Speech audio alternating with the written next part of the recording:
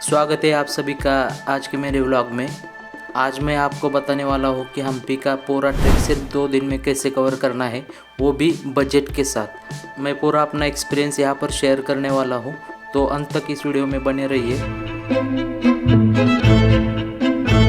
तो मैं पहले आपको ये बता दूँ कि हम्पी के लिए मुंबई से हॉस्पिटल तक हर रोज़ ट्रेन चलती है। तो मैं बैठा था सोलापुर से सुबह 5 बजे हर रोज़ हम्पी के लिए यानी कि हॉस्पिटल के लिए ट्रेन निकलती है। ये पूरा ट्रेन खाली होता है, इसमें ज़्यादा भीड़ नहीं होती है, इसलिए आपको अपने दोस्तों के साथ फैमिली के साथ आने में कोई परेशानी नहीं होगी। सोलापुर से हॉस्पिटल तक का स्लीपर कोच का टिकट सिर्फ 250 में आपको मिल जाएगा। ट्रेन से जाते वक्त आपको दाएं बाजू में ये नज़ारा ज़रूर दिखेगा। ये है कर्नाटका का फेमस अलमट्टी डैम।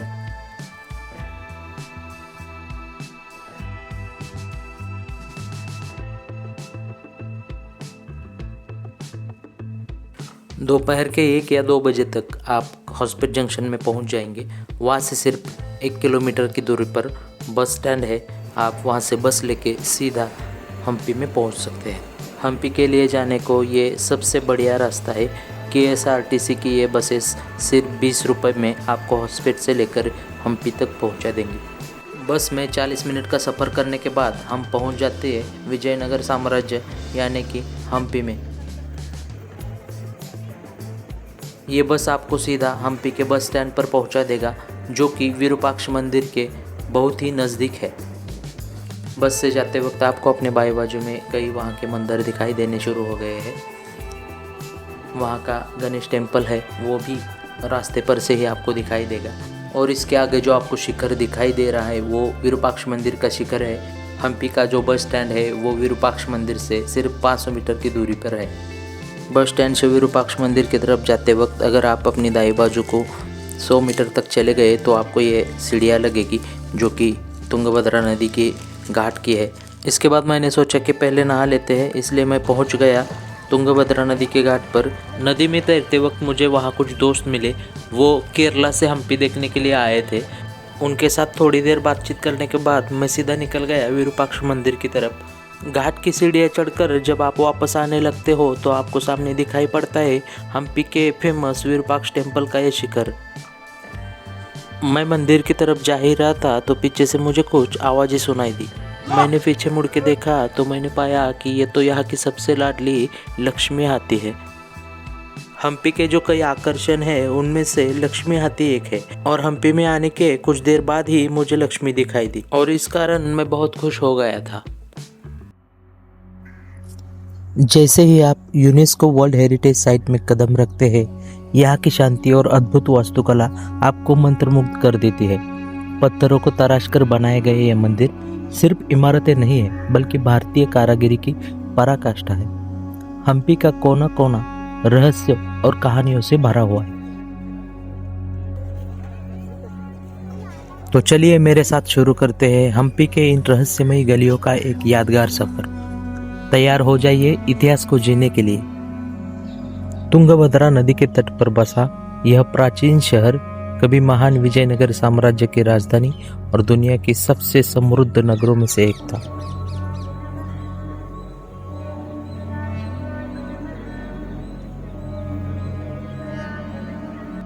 यह एक प्राचीन कार्यरत हिंदू मंदिर है जो भगवान शिव और उनकी पत्नी पंपा देवी को समर्पित है। इसका इतिहास लगभग 7वीं शताब्दी से निर्बाध रूप से चला आ रहा है। यह मंदिर द्रविड़ स्थापत्य शैली में बना हुआ है।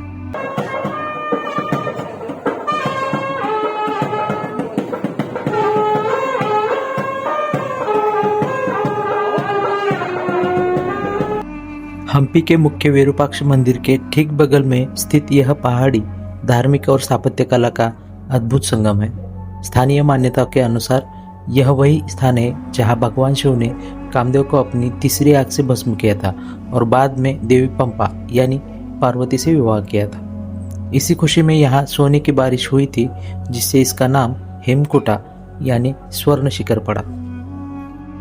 हम्पी के विशाल पत्थरों के बीच बसा हेमकुट पर्वत शाम होते ही एक सुनहरी इबादत लिखने लगता है। जैसे ही सूरज पहाड़ियों की ओट में झुकता है, आकाश सिंदूरी और नारंगी रंगों की चादर ओढ़ लेता है। यहाँ के प्राचीन मंदिर और बिखरे हुए खंडहर डूबती रोशनी में ऐसे चमकते हैं मानो वक्त ठहर गया हो। हेमकूट पर बिताई यह शाम आपको एहसास दिलाती है कि अंत भी कितना खूबसूरत हो सकता है।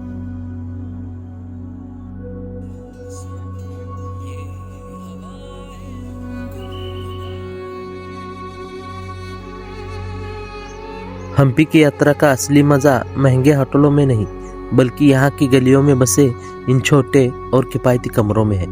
मुझे यहाँ एक ऐसा बजट रूम मिला जो जेब पर हल्का और दिल के बहुत करीब है। सिर्फ 500 रुपये में साफ सुथरा बिस्तर, एक पंखा और विरूपाक्ष मंदिर का बालकनी से दिखता अद्भुत नजारा। मंदिर के ठीक सामने खड़ी है सदियों पुरानी हम्पी बाजार की गलियां। यहाँ की रौनक निराली है। अगर आप यहाँ हैं तो यहाँ के हस्तशिल्प देखना न भूलें। पत्थर की नक्काशी वाले शोपीस, चमकीले पारंपरिक झोले और यहाँ के मशहूर बंजारा स्टाइल के गहने आपका दिल जीत लेंगे। मोल भाव करना यहाँ एक कला है, तो थोड़ी सौदेबाजी जरूर करें। और फिर एक बार मेरे कदम बढ़ रहे हैं विरूपाक्ष मंदिर की ओर। रात के सन्नाटे में इस मंदिर का विशाल गोपुरम किसी रक्षक की तरह आसमान छूता नजर आता है। दिन की भीड़ अब छट चुकी है और यहाँ की शांति आपको महसूस होने लगेगी। रात में मंदिर के पत्थरों पर पड़ती ये पीली रोशनी इसे और भी रहस्यमयी और भव्य बना देती है। तुंगभद्रा नदी की ठंडी हवा और मंदिर के घंटों की गूंज, यह एहसास शब्द से परे है। यहाँ बैठकर आप घंटों आत्मचिंतन कर सकते हैं। अगर आप हम्पी आ रहे हैं तो मंदिर का यह नाइट व्यू मिस करना एक बड़ी भूल होगी। यह सिर्फ दर्शन नहीं है, यह एक रूहानी अनुभव है। दिवाली के दिन यहाँ एक अनोखी परंपरा है।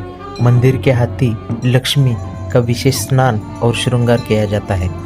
नदी के पवित्र जल में लक्ष्मी को नहलाया जाता है और फिर से उसे दीपों की रोशनी के बीच मंदिर लाया जाता है। खंडहरों के सन्नाटे में रोशनी का फैलना यह एहसास दिलाता है कि रोशनी केवल बाहर नहीं, मन के भीतर भी जरूरी है। मंदिर के नक्काशीदार खंभों के बीच जब पारंपरिक नर्तकों के घुंघरू गूंजते हैं तो माहौल रूहानी हो जाता है। भगवान शिव की छत्र छाया में इतिहास और कला, यह संगम अद्भुत है। ऐसा लगता है मानो मंदिर की दीवारें और मूर्तियां इस नृत्य के साथ खुद ही जीवंत हो उठी हो। यहाँ का विशेष प्रसाद मजगी ग्रहण करने का अवसर मिला। प्राचीन मंदिर की छाव में यह पारंपरिक भेंट को पीना वाकई एक सुखद अनुभव है। हम्पी की एक लंबी और थका देने वाली खोज के बाद रात का खाना विरूपाक्ष मंदिर के ठीक पास ही एक रूफटॉप रेस्टोरेंट में खाया। खाना वाकई जादुई था। धीमी रोशनी, ठंडी हवा और मंदिर की आध्यात्मिक ऊर्जा के बीच डिनर करना मेरे हम्पी ट्रिप का सबसे खूबसूरत हिस्सा बन गया। आज की रात में इसी रेस्टोरेंट के पास अपने कमरे में आराम करूंगा। कल सुबह जल्दी हमें ऐतिहासिक विजय विट्ठल मंदिर के लिए निकलना है, जहाँ पत्थर के रथ और संगीत निकालने वाले खंभ देखने लायक। चलिए अब सोते हैं। Good night. अगले भाग के लिए ज़रूर जुड़े रहें।